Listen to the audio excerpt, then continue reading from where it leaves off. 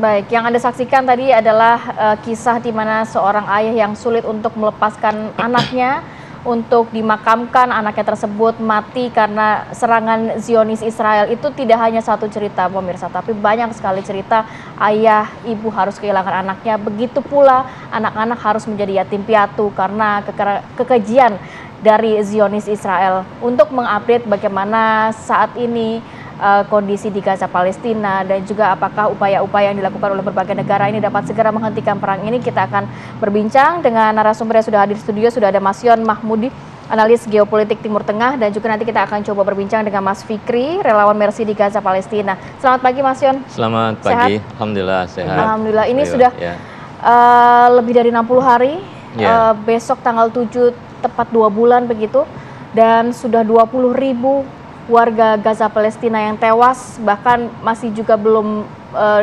dapat dipastikan berapa banyak yang masih tertimbun di reruntuhan. Kondisinya nanti dari sisi Mas Yon, apakah upaya ini sudah dapat upaya berbagai negara ini dapat dilakukan? Tapi kita update dulu begitu ya, bagaimana kondisi terkini. Sudah ada Mas Fikri, relawan Mercy di Gaza. Selamat pagi waktu Jakarta, Mas Fikri. Assalamualaikum. Selamat pagi dini hari Mbak, waktu Indonesia, waktu Gaza maksud kami. Waalaikumsalam warahmatullahi wabarakatuh.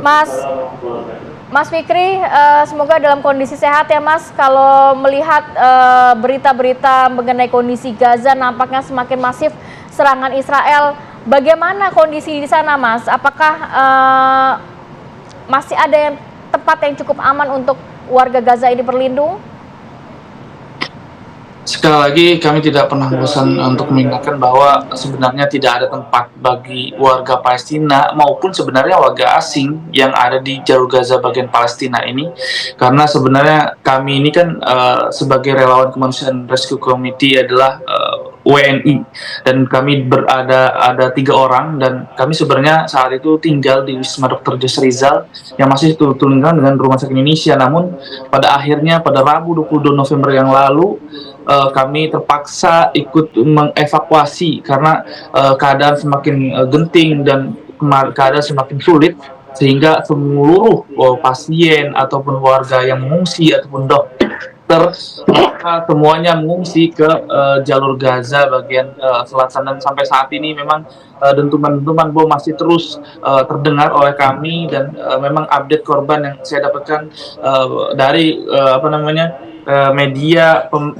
pemerintah Gaza bahwa sudah ada 16.200 lebih yang syahid, di antara mereka adalah 7.100 adalah anak-anak dan juga 4.800 mereka perempuan. Dan untuk setelah gencatan senjata ini memang yang meninggal dari 77 titik pembantaian ya sudah mencapai 1.200, dan seperti yang saya katakan bahwa totalnya sudah mencapai seperti yang saya katakan, dan memang masih ada 7.600 korban yang masih di bawah reruntuhan dan memang sulit dicari dan sulit dijangkau hingga sampai saat ini, dan korban luka-luka sudah mencapai 42.000 sampai 43.000 lebih.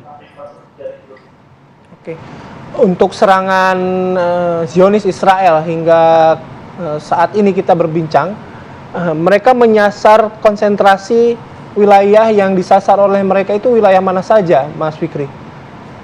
Ya, memang keserangannya memang umumnya ke seluruh jalur Gaza, namun mereka konsen di jalur Gaza bagian utara. Perlu ketahui, saya mendapatkan informasi juga bahwa ada masih 4-5 rumah sakit kecil ya, memang masih beroperasi di jalur Gaza bagian utara, dan memang saat ini memang rumah sakit Indonesia masih belum bisa beroperasi, dan mereka memfokuskan korban luka-luka dilarikan ke rumah sakit ke Kamal Udwan yang ada di Gaza Utara, dan ini saya dapatkan informasi bahwa masih ada 7.000 para pengungsi yang ada di Kamal Udwan sendiri, karena rumah sakit ini sebenarnya lebih kecil dari rumah sakit Indonesia. Bayangkan rumah sakit Indonesia saat itu bisa menampung 2-5.000 pada saat saya belum kehilangan sinyal, tapi setelah saya datang ke sini memang seperti yang saya gambarkan bahwa lebih dari 20.000 ya korban yang mengungsi yang di rumah sakit Indonesia, dan sampai saat ini mereka juga memfokuskan di jalur Gaza bagian selatan di kota Khan Yunis dan juga kota Rafah. Namun kabar baiknya rumah sakit Indonesia sebenarnya emergensinya sudah menyala, namun masih belum bisa menerima korban luka-luka, dan mereka hanyalah hanya merawat korban yang masih ada yang ada di rumah sakit Indonesia karena mereka para dokter dan segala petugas-petugasnya mereka fokus ke rumah sakit Kamal Udwan yang ada di Gaza Utara.